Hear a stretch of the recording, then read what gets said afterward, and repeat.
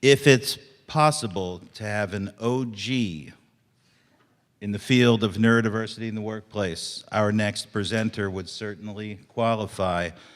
Jose Velasco created the Autism at Work program while at SAP, a program that has been adopted by leading companies globally.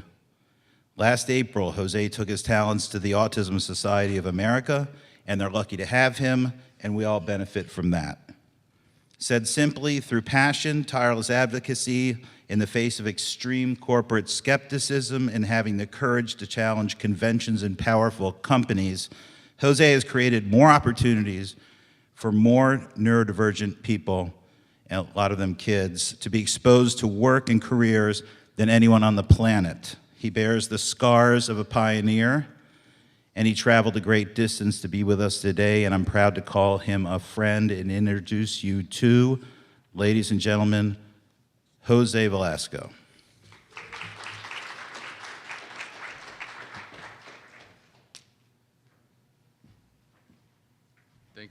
Thank you very much, Drew, for your kind words, and thank you to Lauren, Dan, Gabby, and Steph for putting this event together. This is really it's very inspiring to see events in areas where, for example, artificial intelligence, where the nascent revolution starts again. We started the revolution of autism and autism at work and neurodiversity a few years ago, but it's great to see those stories merge.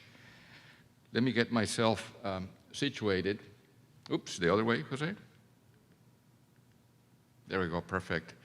So as Drew said, I spent 27 years at SAP, mainly at the intersection of business and technology.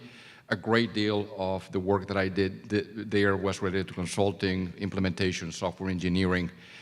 But back in 2014, SAP introduced something that was called the Autism at Work program.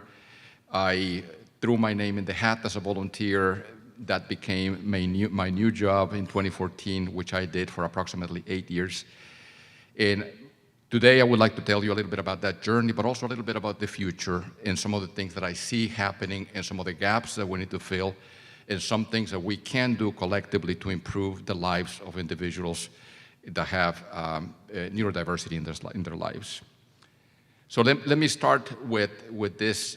There's already been quite a bit said this morning about neurodiversity, which is really nothing else than neurological differences that appear as normal variations in the human genome. We've seen a significant amount of people that have been successful. We can name individuals ranging from Elon Musk all the way to John Lennon, who have all kinds of variations of neurodiversity, whether it's ADHD, like Michael Phelps. We have individuals that have, again, John Lennon in the case of dyslexia. We have individuals that are autistic, that are famous. Dan Acker, for example, comes to mind. But the question I think that we need to ask ourselves is, why is it that they were successful? And I think that there's two reasons for that. And the main one probably is because of their neurological difference and not in spite of them. The second is because they had that drive to succeed. And today what we'll talk about is the first one. How is it that we can change the dialogue from the in spite of to the because of? What are the salient traits of individuals that bring them to the levels of success? We're going to have three great stories for you of ex-colleagues of mine at SAP that just did fabulous things. Moving on to our next slide, I think that one thing that we need to ask ourselves is always, why is it that we have such low levels of employment of neurodistinct individuals? And I think that this slide has something that is very important. Failure to make eye contact can alienate hiring managers. And it goes on to say that a bad handshake or a not very strong handshake, maybe not looking people in the eye, maybe fidgeting with your fingers while you're doing an interview, can be interview killers. I was having a conversation with a friend of mine at SAP, gifted engineer. He had been homeless before he came to work for SAP. And he told me, do you want to have a meaningful conversation or do you want me to look at you in the eyes? And I said, I prefer the meaningful conversation. I said, why is it that it's difficult? And he said, well, did you know that human beings can make 10,000 facial expressions with 34 facial muscles that we all have? I never thought about that. And he said, that's distracting to me. This person, again, came from a situation of unemployment, a situation of homelessness. He went on to become a catalyst, which is the highest level of performance that we have for employees in the company in the first 3 years of employment. And that's what we need to ask ourselves. Why is it that people are having to go through that in order to be successful? And this is the very reason why my previous employer, SAP, launched the SAP Autism at Work program. The idea was to try to create a path to success for individuals that look at the world differently, that feel the world differently. And over the course of approximately 8 years, the company implemented a program that created approximately 600 opportunities for individuals. These opportunities ranged from full-time employment to contracting opportunity, part and full-time opportunities, as well as internships, apprenticeships, and student opportunities. So, I mean, it was the whole thing. We started the program with the idea of creating full-time jobs for individuals, but very quickly, as we were speaking to the community, we realized that there were significant other gaps. A lot of people, students, a lot of our employees that were autistic told us that they did not have an opportunity during their college or high school years to be part of the labor market. And that's one of the reasons that was part of the genesis of their situation, that after they graduated, they were not able to find an opportunity because they were competing with other people. You know, there were also software developers or procurement analysts or graphic designers who had already experiences, right? So we thought, how do we provide people a better opportunity? That's when we started those student programs. We provided a significant number of opportunities for university and high school students. Here you see 29, well, it's not 29, it's a subset of the 29 roles that the people had hired for. We always got asked the question, what are people with neurological differences, in this case with autism, good at? And we thought we had an idea at the beginning, but towards the end of the program, we realized that they were good at just about everything. Okay, we had people that were doing consulting jobs, representing the company in front of customers. We have people that were working back office jobs. You know, people that were working on very task-oriented type of activities, other people that were in creative tasks like next generation of software. We had it all, okay? There was basically every board area in the company, every division was represented. If you went to SAP Brazil, the receptionist in front of the president's office was an autistic young man. But we also had individuals that, again, were creating the next generation of technology for the company. I think that one of the things that were completely unexpected about the program when we launched it, and we obviously did not launch the program in order to be out in the community and sharing it. We launched it because we had an interest in bringing the best talent into the organization. And we found that there was a significant pool of talent in neurodistinct individuals. Okay, and for that reason, we set forth in this path to hire people in this particular target group. But as a side effect, we started being contacted by companies. So at some point in time, we counted the numbers of companies that we shared, companies and universities and schools, so there were a lot of entities out there. And we shared the program with about 900 organizations. We partnered with great organizations like Microsoft, EY, Microsoft, JP Morgan, Chase. There's a lot of friends here. Sorry, I'm not mentioning everybody, okay? But there's been a significant amount of partnership and collaboration with individuals, including educational institutions. I still have the privilege to be invited just about every year by Dr. Suzanne Bruyere at Cornell University to teach a small seminar on neurodiversity and autism in the workplace. So thank you, Suzanne, for your continued support. Without getting too much into the details, the implementations of these processes to hire neurodistinct people are not too difficult to implement, but do, in my opinion, require collaboration between organizations, community organizations, nonprofit organizations that support individuals with disabilities journeys in the labor market, as well as government participation.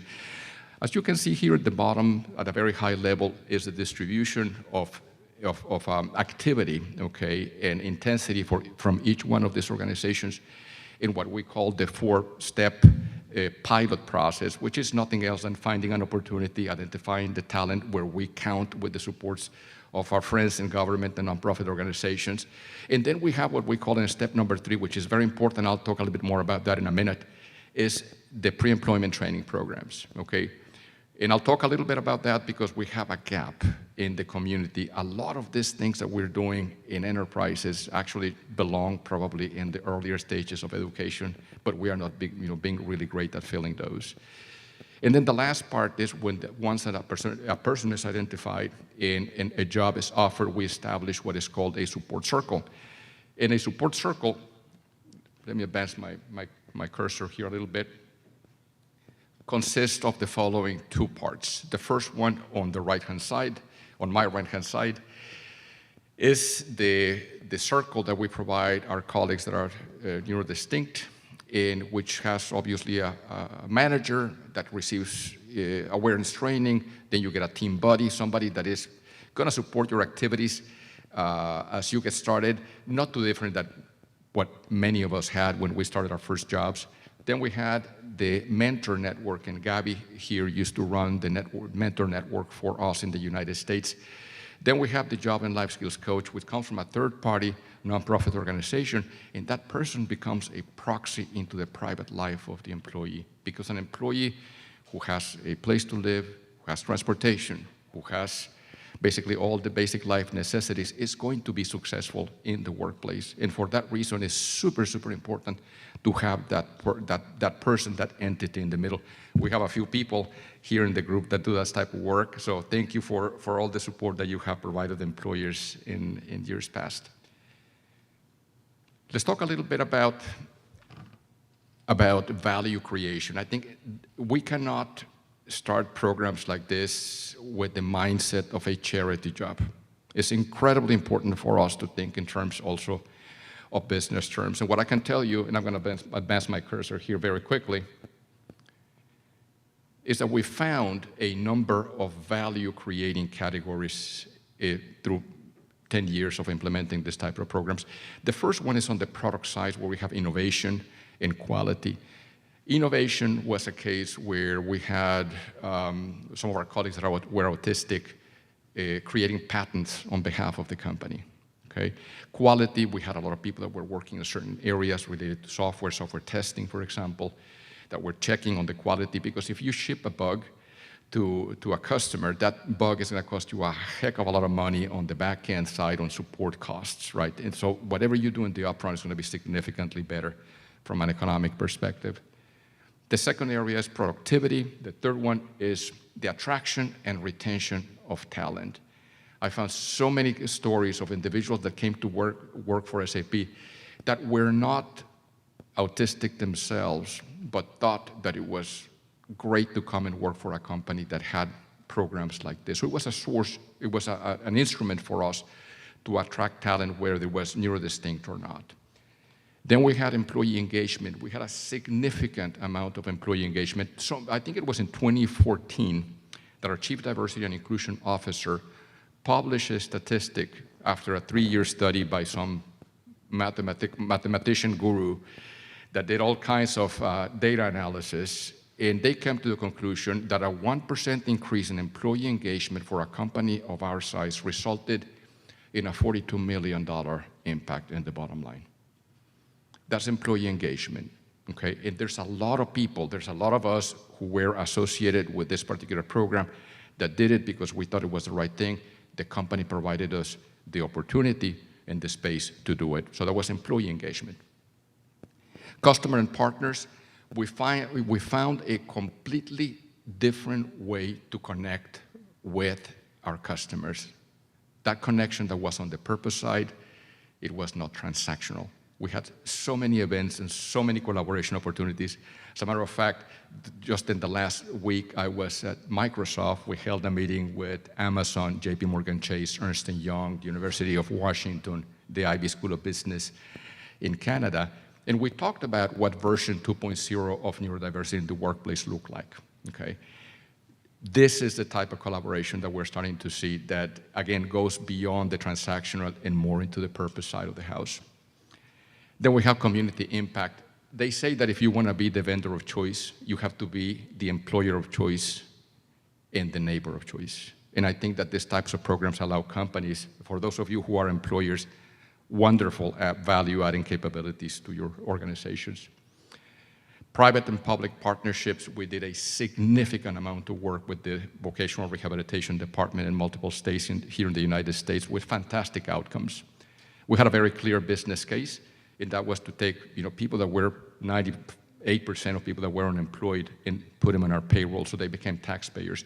A good friend of mine at SAP told me when I went to testify in the US Congress House Committee on Foreign Affairs, this autistic colleague told me, please tell the congressman that you're going to be talking to that because of this program, I was able to save $216,423 in government services. And so I did. And the last thing I think that is important is the impact on lives. Here's 3 stories of colleagues of mine that were at SAP. These are public stories. You can look them up. They're wonderfully documented. The first one is Nico. SAP had or still has, what is called the Hasso-Plattner Founders Award. Hasso-Plattner is the founder of the company, and once a year there is an innovation award given to a team, typically, that has done something really, truly innovative that is going to move the company forward. Typically, a team is the one that wins, anywhere between 5 to 15 people. In 2019, the sole winner of this was one of our autistic colleagues from Buenos Aires, Argentina. He was flown to Waldorf, Germany to receive this award from our CEO, recognizing the work that he did to bring down a process that used to take 3 days to 3 hours. Okay, so really, truly wonderful work. Then we have Gloria Mendoza, and I think this picture was probably taken by Gabby. This was Gloria singing the national anthem in front of 100,000 people on NFL Monday Night Football, invited by the commissioner to do so. Gloria, aside from being a gifted computer scientist, is also an opera singer. So she has music and computer science degrees, just abilities beyond my own abilities, for sure. And then we have Patrick. Patrick once told me, you don't know how it feels to be the top of your class at the university and being the last person selected for a job. He came to work for SAP. He became a program manager.